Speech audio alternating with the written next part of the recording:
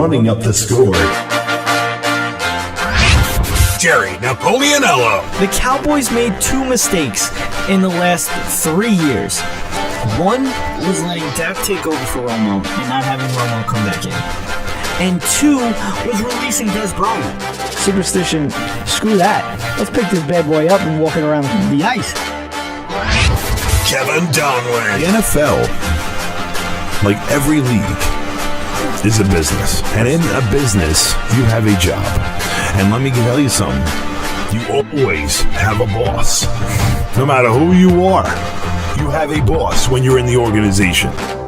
The New York Jets, you know what they need to do with their second round pick? They need to just start taking it and lighting it up on fire.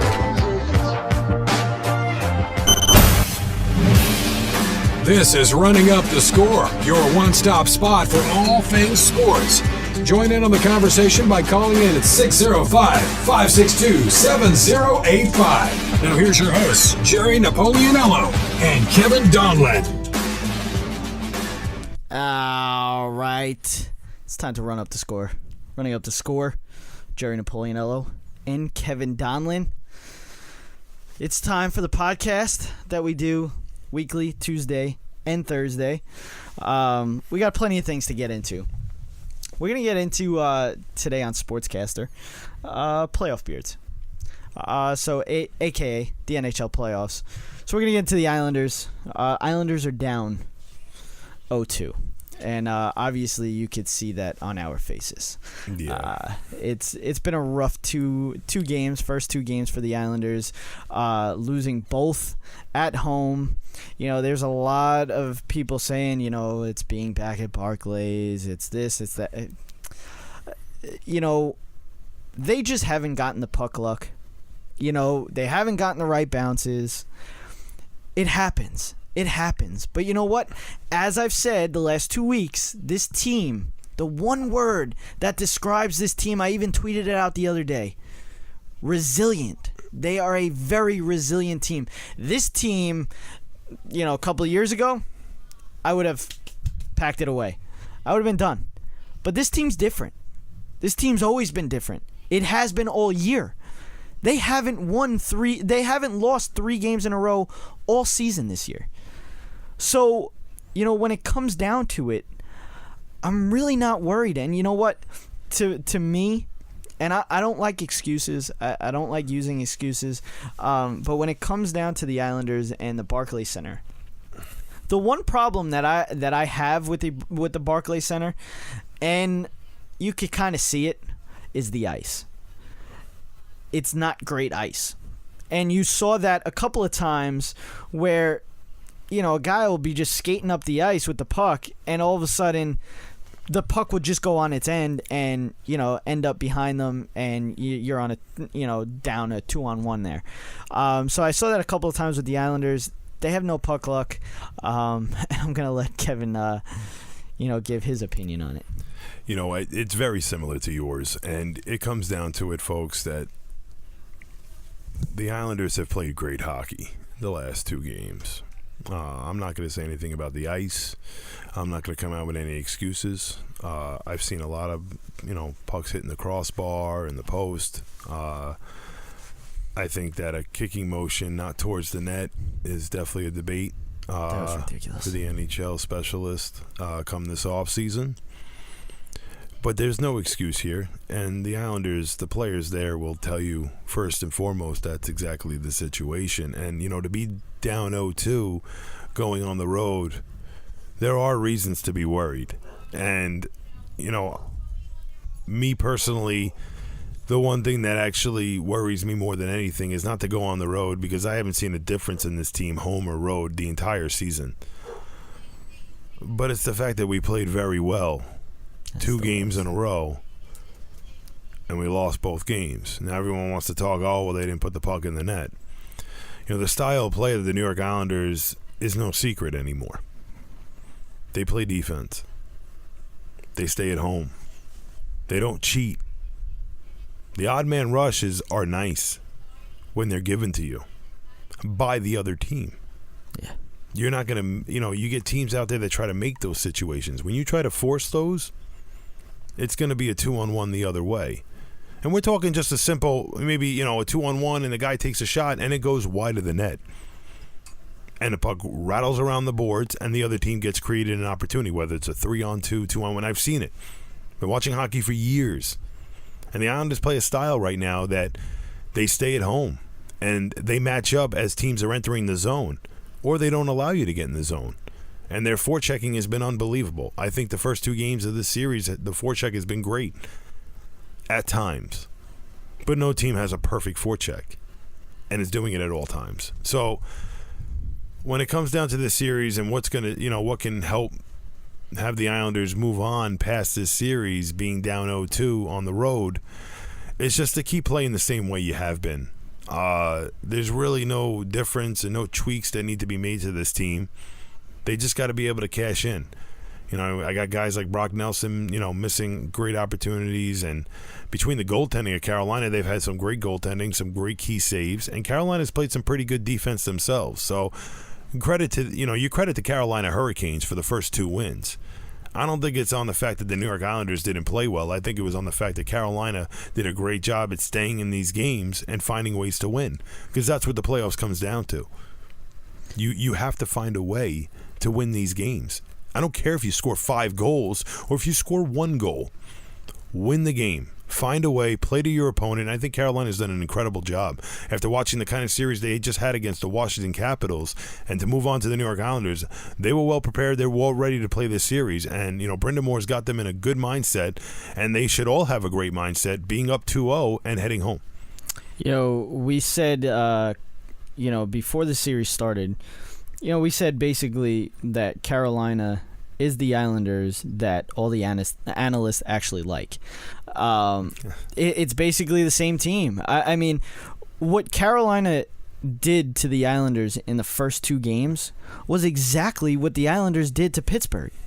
It was all about, basically strangling, your top players or just, what your key is. And the problem was, the Islanders could not get like we were saying, a good forecheck going, which they did very well against Pittsburgh. We can never have an extended stay in the Carolina zone. So it was just, their power play's still not good. Anybody that's saying that we should put Thomas Greiss in for Leonard is a moron. Leonard, I mean, what has Leonard done so bad? I mean, the guys, I think, in how many games have we played so far? We've played, 6 games? And he's given up, I think, 6 goals or something like that. Yeah, there should be no change in the goaltender. It's just not. I don't think the It's Islanders should stupid. be making any changes to the lineup, barring an injury. And That's what it looks because like with team, Cal Clutterbuck. Yeah, the team that they put out there the last 2 games was the team that I wanted out there, and that was the team that I felt gave us the best chance to win, and I think it will continue. To give us the best chance as long as again, like he said, maybe puck luck needs to go on our side a little bit. Or just, again, find a way. Find a way to win these games. If you have to put 5 pucks in the net, then do it. If you want to sit there and prevent a team from scoring a goal all game long, which they've done a great job of all season long, then do it. And find a way to complete these games. I mean, this game 2 looked great. It was a 1 minute. That was a big issue. And even beyond that 1 minute, the New York Islanders continued to have pressure and found ways to have scoring opportunities, and they just weren't able to cash in. A couple of posts mixed in, and here we are. Yeah, like I said, I'm not worried.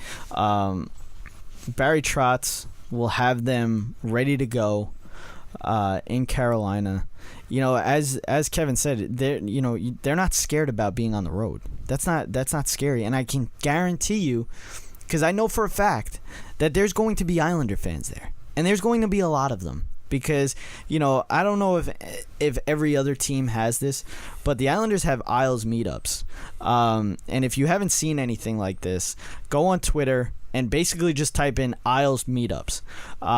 Everything about the Islander fans are great. I mean, I love being an Islander fan. And also what's great about, the Islanders, they have...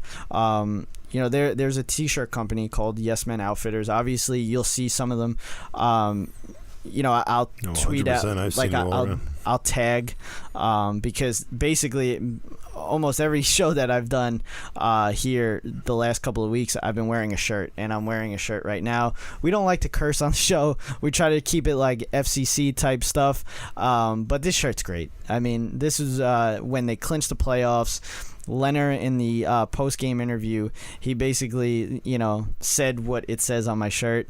I'm not going to repeat it. But again, you could check out, if you're an Islanders fan, Yes Men Outfitters. Check it out on Twitter and Instagram, wherever you want to do. They got some great shirts, awesome shirts. They got some hats. Definitely check them out if you're an Islanders fan. Now, my issue right now, and I want everybody to help me out with this issue. I want you to help me out, Kev. I got the playoff beard going on. And this is the longest that anybody, including myself, has seen this mustache. I don't like using the mustache. I usually shave it off. I keep the beard, everything. So, my issue is, I got a wedding coming up, not this Friday, but next Friday, the 10th. And it's it's on my fiance Nicole's side. She has a family member that's getting married. I got the invite with her, obviously, and she's expecting me to shave this beard. Not shave the whole thing, because usually, I'm always with the beard, so it's not really that much, but it's going to be like the mustache and, cleaning it up and stuff like that. But I'm a very, very superstitious person, especially, the last... basically every game of the playoffs so far, which I think I might have to change it up. But I've been wearing the same stuff. Shorts, T-shirt, under the jersey, the same jersey, the hat, everything. I'm a very superstitious person. I do the same thing with the Dallas Cowboys. I'm a big Dallas Cowboys fan. I wear the same jersey until they lose. Then I change it up. That's how I am. So, in my mind right now, this playoff beard is what's getting the Islanders to the next round. And it's going to be very hard for me, and I need people's help. Do I shave the beard? Do I go in the doghouse to keep the beard and hopefully an extended stay for the Islanders in the playoffs? Or do I shave the beard and stay on the happy side of Nicole? Bro, happy wife, happy life, man. I mean, that's just my opinion. Now, I think you need to go with the shaving of the beard. The Islanders but lost 2 in a row with that beard, okay? Maybe it is time to shave it. This is the funny thing, okay?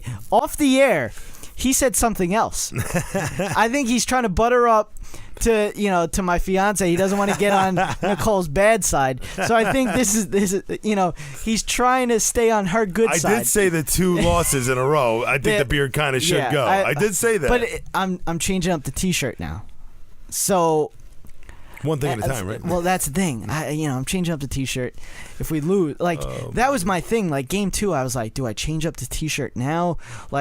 If I change up the T-shirt, they lose, then it's on me. This loss is on me. That's my thought. That's my thought process. And I'm sure there's a lot of, fans that are the same way. Obviously, fan is short for fanatic. So, yeah, I'm going to put up a poll on Twitter tonight. Should I shave the beard or not?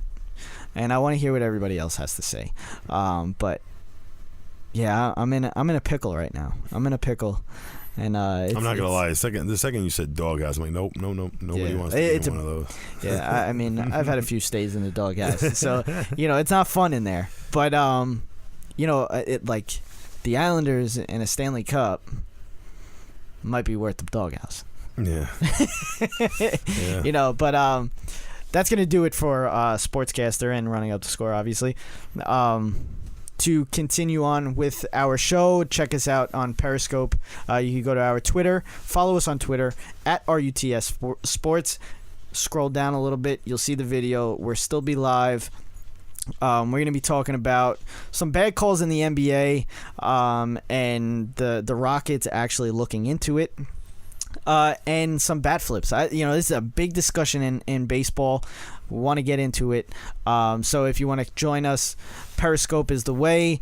But first, follow us on Twitter, follow us on Instagram, and our new segment.